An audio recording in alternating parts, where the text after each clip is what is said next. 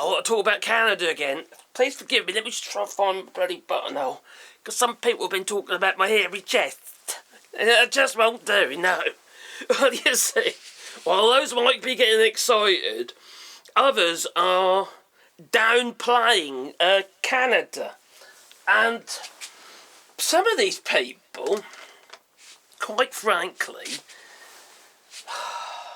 they're just playing the old, what's that, the doom and gloom card, you know. Oh, Canada's not going to survive without the United States. Oh, yeah. Well, that's what response I was getting in some of the comments on the previous video I was talking about, you know, Canada will do just fine without the US. Now, some of these people I had to hide because they've just been offensive. But I just want to run through some of the things that Canada can actually, Mark Carney, the Prime Minister, can expand upon. You see, the thing about Canada is resource rich. They are a resource economy. Now, if you look at, like, for instance, the United Kingdom, for instance, really, to be honest, it doesn't have a massive manufacturing base anymore, but it's really it's a finance economy. We basically sell insurance and shit like that, you know. The United States does a bit of everything, but quite frankly, I would say it's a threat economy. Yeah, we'll threaten you with feckin' tariffs and what have you until you bend on that knee. Maybe suckle on old Donny's chocolate starfish, if you know what I mean. No, don't do it.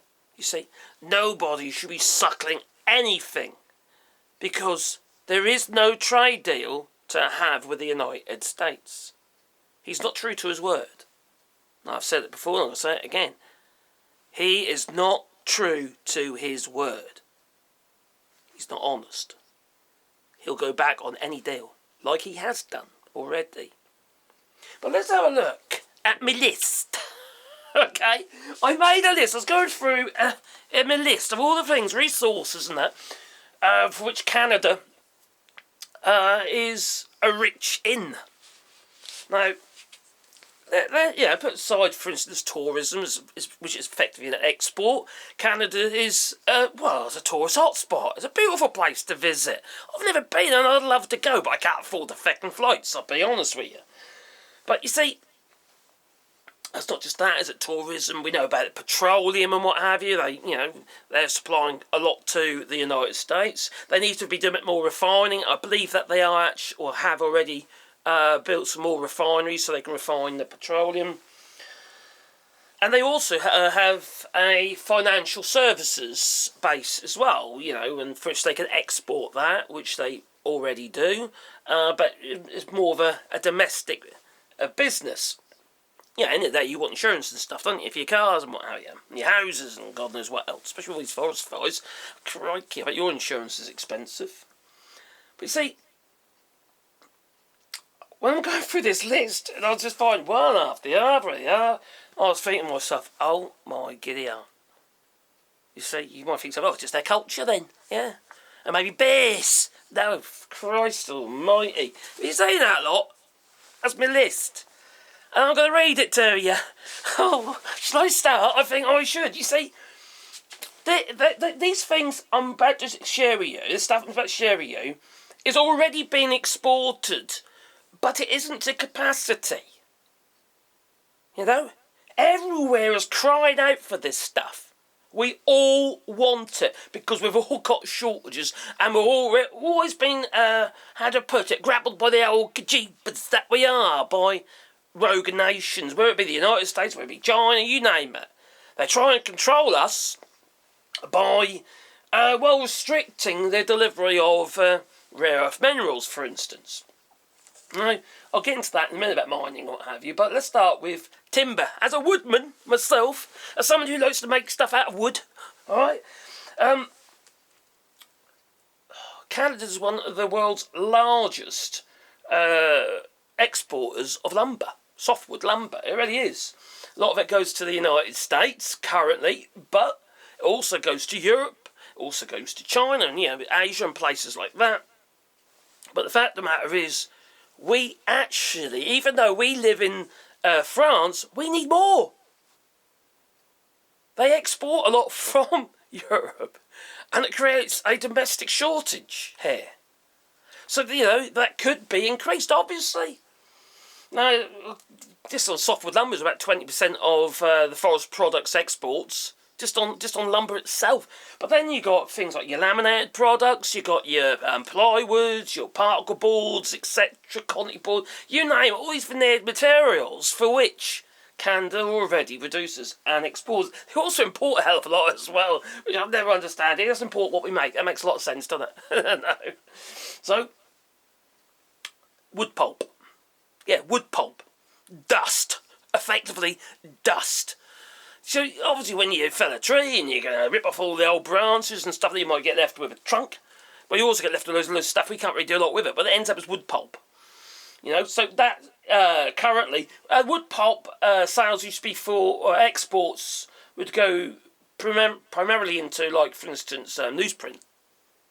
But with digitisation, that market has actually shrunk somewhat. But they've already started transition to a new market, which they're already supplying to, and that's China. You see, the thing about China, is because they've got such a large manufacturing base, they need wood pulp for card, for instance, to make boxes, argument's sake, packaging, argument's sake. Most of the packaging that we see in our supermarkets come from China, from wood pulp that comes from Canada. That's where we're all linked, aren't we? We're all linked. We all work together effectively. It's all this talk of being insular and build this ourselves and do that ourselves. No, it doesn't work that way anymore. And it never will, again. This is where Donald Trump has got it all wrong. You cannot afford to be an insular country in a world that isn't effectively insular. All you'll do is create, you'll be the instigator of wars, effectively, or you encourage them by trying to shut people out. Now, much of that wood pulp also goes to Japan as well, and also a lot of it goes to the United States still. Much of it, like I say, goes into, obviously cardboard and stuff like that, but also newsprint.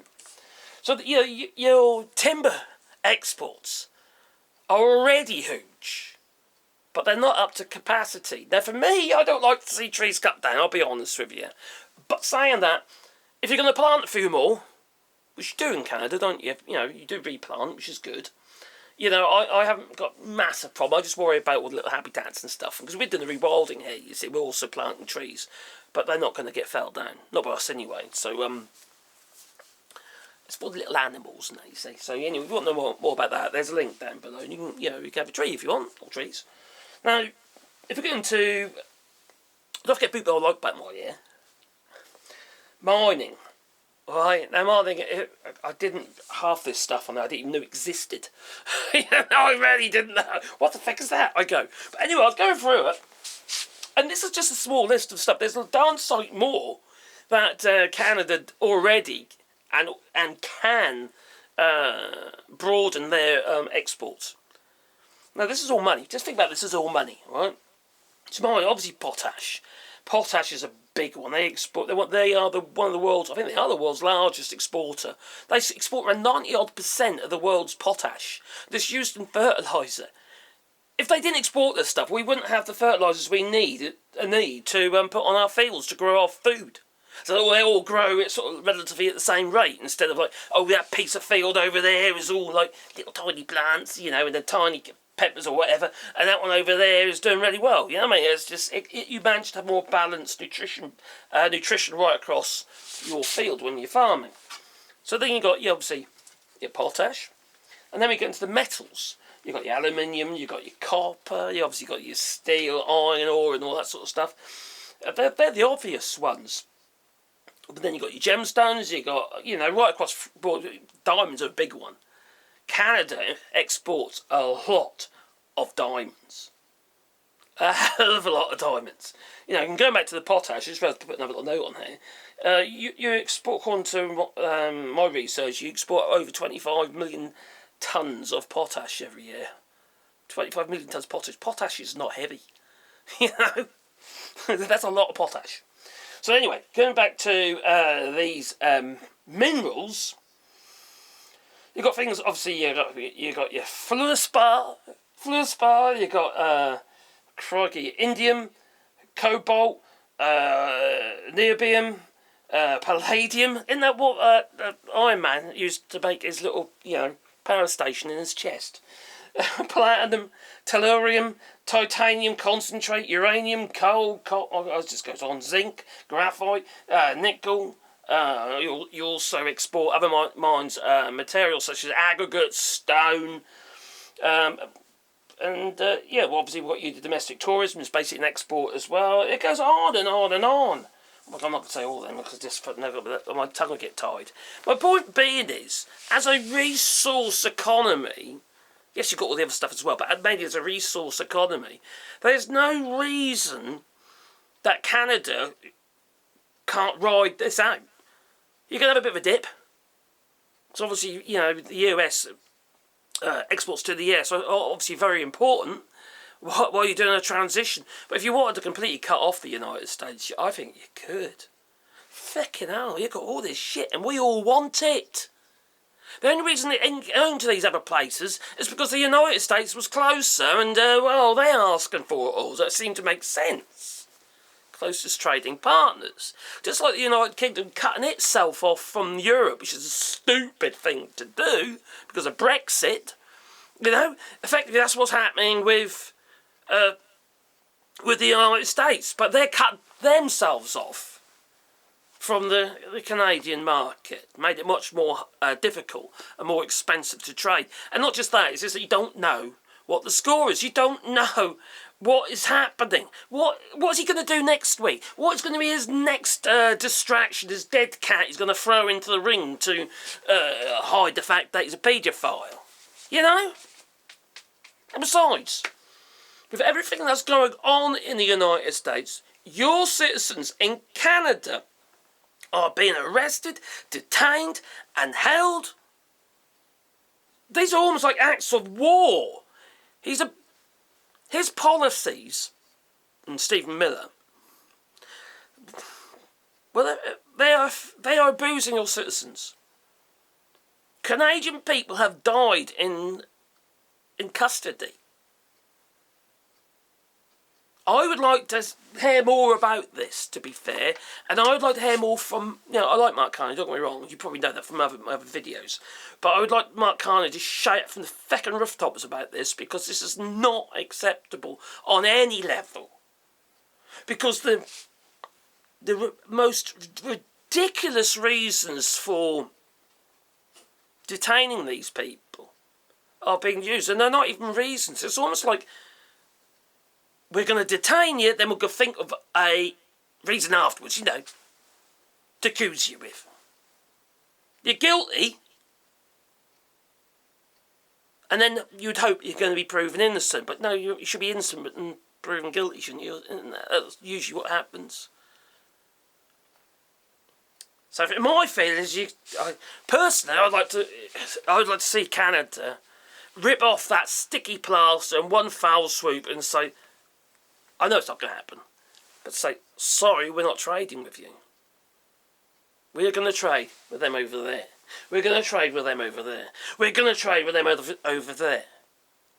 And for all those doubters out there, okay, who say that Canada can't survive without the United States, how come Canada's unemployment levels have come down? 80-odd thousand new jobs come into the Canadian workplace. Anyway, more jobs. Right. Just in June. It should have gone the other way, and that was what was predicted, but no. They've done pretty darn well. And you could do a darn sight better. You just got to remember, you are a massive, massive resource for the world. And as a side note here, you might not know this, but Canada has, or is believed to have, one of the, not just one of the largest, the largest lithium deposit in the world. And we all know what they're used for, don't we? EV batteries, phone batteries, etc., etc. Huge amounts of potential GDP there for you, just in that alone. Anyway, keep your borders safe. Stop them fucking Americans coming over who want to do you harm. But also embrace those who don't. Because I did have a couple of comments in my last video that kind of like tumbled all Americans into the same little pot to say, oh, they're all the same, blah, blah, blah, they all want to do us harm. No, they don't. There's so many people in the United States are in shock and they're not happy either, you know.